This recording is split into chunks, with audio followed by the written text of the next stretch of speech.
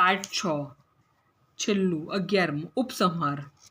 ઉપર ગણાવ્યા તે 10 લક્ષણો કે ઘટક તત્વો ઉપરથી નવલકથામાં શું શું આવે એનો આછો પાતળો ખ્યાલ આવી ગયો હશે। બાકી કલા માત્રની બલિહારી એ છે કે યુગે યુગે એમાં કંઈક ને કંઈક ફેરફારો થતા રહે છે અને એમાં જ એનું અમોઘ આકર્ષણ રહેલું છે।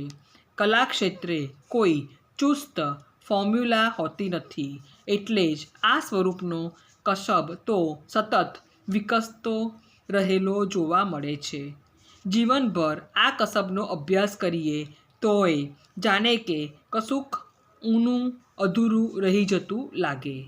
સાંપ્રત યુગનું આ અત્યંત જીવંત સાહિત્ય સ્વરૂપ દાયકે તો શું પણ વર્ષે વર્ષે એના નોખા નવા સ્વરૂપો દર્શાવતું રહે છે અને એટલે જ એની સાથે કદમ મિલાવીને ચાલવાનું કામ અશક્ય નહીં તો મુશ્કેલ બની જ રહે છે। જેમ્સ જોયસ,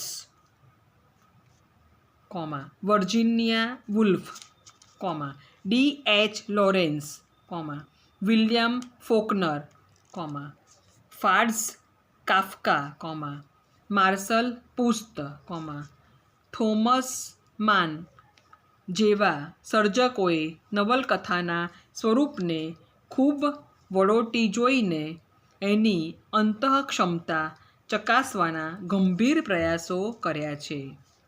ગુજરાતીમાં પણ કરણ ઘેલોથી શરૂ થયેલી નવલકથા પછી આજના આધુનિક સર્જકોની નવલકથા જોતાં જ ખ્યાલ આવી જશે કે કિમ્બલ રેવન્સવુડ જેવી મધુરાયની નવલકથા કેટલા નોખા પરિણામ સ્થાપિત કરી આપે છે।